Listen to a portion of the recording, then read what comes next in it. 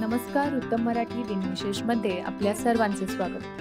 आजच्या दिवशी म्हणजे 3 डिसेंबर रोजी भारतात आणि जगभरात घडलेल्या काही महत्त्वाच्या घटनांविषयीची माहिती आज आपण जाणून घेणार आहोत. 3 डिसेंबर 1884 रोजी स्वतंत्र भारताचे पहिले राष्ट्रपती डॉक्टर राजेंद्र प्रसाद यांचा जन्म बिहारच्या सिवान जिल्ह्यात झाला. त्यांना प्रेमाने राजेंद्र बाबू म्हणत. राजेंद्र प्रसाद हे भारतीय स्वातंत्र्य चळवळीतील एक नेते होते आणि भारतीय राष्ट्रीय काँग्रेसचे अध्यक्ष म्हणूनही त्यांनी महत्त्वाची भूमिका बजावली होती. 1946 मध्ये त्यांनी अंतरिम सरकारमध्ये अन्न आणि कृषी मंत्री म्हणून काम केले. स्वातंत्र्यानंतर ते संविधान सभेचे अध्यक्ष झाले आणि 1950 मध्ये त्यांनी स्वतंत्र भारताचे पहिले राष्ट्रपती म्हणून शपथ घेतली. त्यांचा साधेपणा, नम्रता आणि सेवा भावनेनं त्यांना विशेष बनवलं. डॉक्टर राजेंद्र प्रसाद त्यांच्या देशभक्तीसाठी नेहमीच स्मरणात राहतात. 1962 मध्ये त्यांना भारताचा सर्वोच्च नागरी सन्मान भारतरत्न देण्यात आला. 3 डिसेंबर 1889 रोजी भारताचे महान क्रांतिकारक खुदीराम बोस यांचा जन्म पश्चिम बंगालमधील मिदनापूर जिल्ह्यात झाला. खुदीराम बोस यांनी लहान वयातच देशाच्या स्वातंत्र्यासाठी ब्रिटिशांविरुद्ध संघर्षाचा मार्ग निवडला. वयाच्या 18व्या वर्षी ते भारतातील सर्वात तरुण स्वातंत्र्य सैनिक बनले. 1908 मध्ये त्यांनी सहकारी क्रांतिकारक प्रफुल्ल चाकी यांच्या समवेत मुझफ्फरपूरच्या न्यायाधीश किंग्सफोर्ड यांना लक्ष्य करून बॉम्ब फेकले. मात्र दुर्दैवाने दुसऱ्या गाडीवर बॉम्बचा स्फोट झाला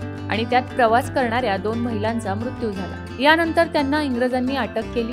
खुदीराम बोस यांच्यावर त्या 2 महिलांच्या हत्येचा खटला चालवण्यात आला आणि 18 ऑगस्ट 1908 रोजी खुदीराम बोस यांना मुझफ्फरपूर तुरुंगात फाशी देण्यात आली. 3 डिसेंबर 1882 रोजी भारतीय आधुनिक कलेचे प्रणेते आणि प्रसिद्ध चित्रकार नंदलाल बोस यांचा जन्म बिहारमधील खरगपूर गावात झाला. नंदलाल बोस यांनी भारतीय कलेला नवीन दिशा दिली आणि कलेला राष्ट्रीय ओळख मिळवून देण्यात महत्त्वाची भूमिका बजावली. 1922 मध्ये ते शांतिनिकेतन मधील रवींद्रनाथ टागोरांच्या कला भवनाचे पहिले प्राचार्य बनले आणि अनेक शिष्यांना प्रशिक्षण दिलं. त्यांची कला भारतीय संस्कृती, लोकजीवन आणि पौराणिक कथांवर आधारित होती. भारतीय स्वातंत्र्य लढ्यातही नंदलाल बोस यांनी आपल्या कलेनं लोकांना प्रेरित केलं. उल्लेखनीय म्हणजे भारतीय राज्यघटनेचं हस्तलिखित नंदलाल बोस आणि त्यांच्या टीमने चित्रित केलं होतं, जो आजही भारतीय इतिहासाचा एक मौल्यवान भाग मानला जातो. नंदलाल बोस यांच्या योगदानाची दखल घेऊन त्यांना 1954 मध्ये पद्मभूषण पुरस्कारानं सन्मानित करण्यात आलं. नंदलाल बोस यांना भारतीय आधुनिक कलेचे आचार्य म्हणूनही ओळखलं जातं. 3 डिसेंबर 1971 रोजी भारत-पाकिस्तान युद्धादरम्यान लान्स नाईक अल्बर्ट एक्का यांनी हिलीच्या लढाईत शौर्य दाखवून हौतात्म्य पत्करलं. ते झारखंडचे रहिवासी होते. त्यांनी बिहार रेजिमेंट मधून लष्करी प्रवास सुरू केला. नंतर त्यांची 14 गार्ड रेजिमेंटच्या बटालियन मध्ये नियुक्ती झाली. हिलीच्या लढाईत शत्रूच्या तटबंदीचे बंकर नष्ट करण्यात त्यांनी महत्त्वाची भूमिका बजावली. शत्रूचे हल्ले रोखून त्यांच्या सैन्याकडे जाताना त्यांनी वैयक्तिक धैर्य दाखवलं आणि शत्रूचे अनेक बंकर उद्ध्वस्त केले. या लढाईत गंभीर जखमी होऊनही त्यांनी शेवटच्या क्षणापर्यंत शत्रूचा सामना केला आणि भारताच्या महत्त्वपूर्ण विजयात योगदान दिलं. त्यांच्या विलक्षण धैर्य आणि बलिदानासाठी त्यांना मरणोत्तर परमवीर चक्र प्रदान करण्यात आले. लान्स नाईक अल्बर्ट एक्का यांचं बलिदान भारतीय लष्कराच्या इतिहासात अतुलनीय आहे. त्यांच्या सन्मानार्थ रांचीमधील एका चौकाला अल्बर्ट एक्का चौक असं नाव देण्यात आलं आहे. 3 डिसेंबर 1979 रोजी भारताचे महान हॉकीपटू आणि हॉकीचे जादूगर म्हणून प्रसिद्ध असलेले मेजर ध्यानचंद यांचं नवी दिल्ली इथं निधन झालं. ध्यानचंद यांनी खेळाप्रती असलेल्या समर्पणाने हॉकीमध्ये जागतिक स्तरावर भारताचा गौरव वाढवला. 1928, 1932 आणि 1936 ऑलिम्पिक खेळांमध्ये त्यांनी भारतीय हॉकी संघाचं प्रतिनिधित्व करत स्वर्ण पदक जिंकली. ध्यानचंद यांनी आपल्या कारकिर्दीत 570 गोल केले आणि भारताला हॉकीचं सर्वोत्तम युग दिलं. त्यांच्या स्मरणार्थ त्यांचा जन्मदिवस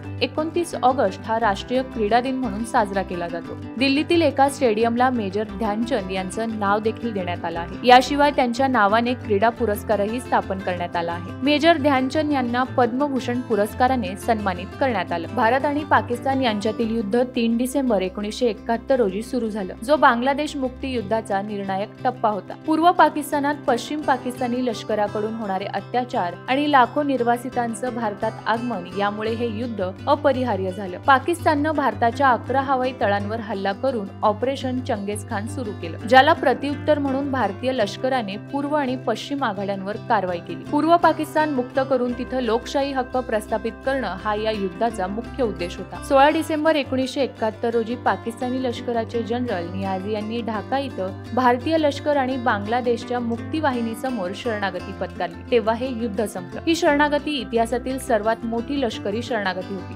ज्यामध्ये 93,000 पाकिस्तानी सैनिकांनी शस्त्र टाकली। हे युद्ध केवळ 13 दिवस चाललं, जे इतिहासातील सर्वात लहान परंतु निर्णायक युद्धांपैकी एक आहे। दिव्यांग व्यक्तींचा आंतरराष्ट्रीय दिवस 3 डिसेंबर रोजी साजरा केला जातो, ज्याचा उद्देश अपंग लोकांचे हक्क आणि कल्याण याबद्दल जागरूकता पसरवणं आहे। दिव्यांग व्यक्तींच्या सामाजिक, राजकीय, आर्थिक आणि सांस्कृतिक सहभागाला प्रोत्साहन देण्यासाठी संयुक्त राष्ट्र महासभेने 1992 मध्ये हा दिवस साजरा करण्याची घोषणा केली होती। या दिवसाचा उद्देश केवळ दिव्यांग लोकांच्या हक्काचं संरक्षण करणं हा नाही, पण त्यांच्यासाठी सर्वसमावेशक आणि समान समाज निर्माण करण्याच्या प्रयत्नांना चालना देण्यासाठी आहे। अपंग व्यक्तींसाठी शिक्षण, आरोग्य, रोजगार आणि इतर संधीची समानता सुनिश्चित करण्यासाठी अनेक कार्यक्रम आणि उपक्रम राबवली जातात। याशिवाय हा दिवस समाजातील मानसिकता आणि धारणा बदलण्याचं माध्यम आहे, जेणेकरून दिव्यांगांनाही समाजाच्या मुख्य प्रवाहात समानतेनं सामील करून घेता येईल। तर हे होते आजचे दिनविशेष। हा व्हिडिओ तुम्हाला कसा वाटला ते आम्हाला कमेंट करून जरूर सांगा आणि असेच नवनवीन व्हिडिओज पाहण्यासाठी रुतम मराठीला सबस्क्राईब करा।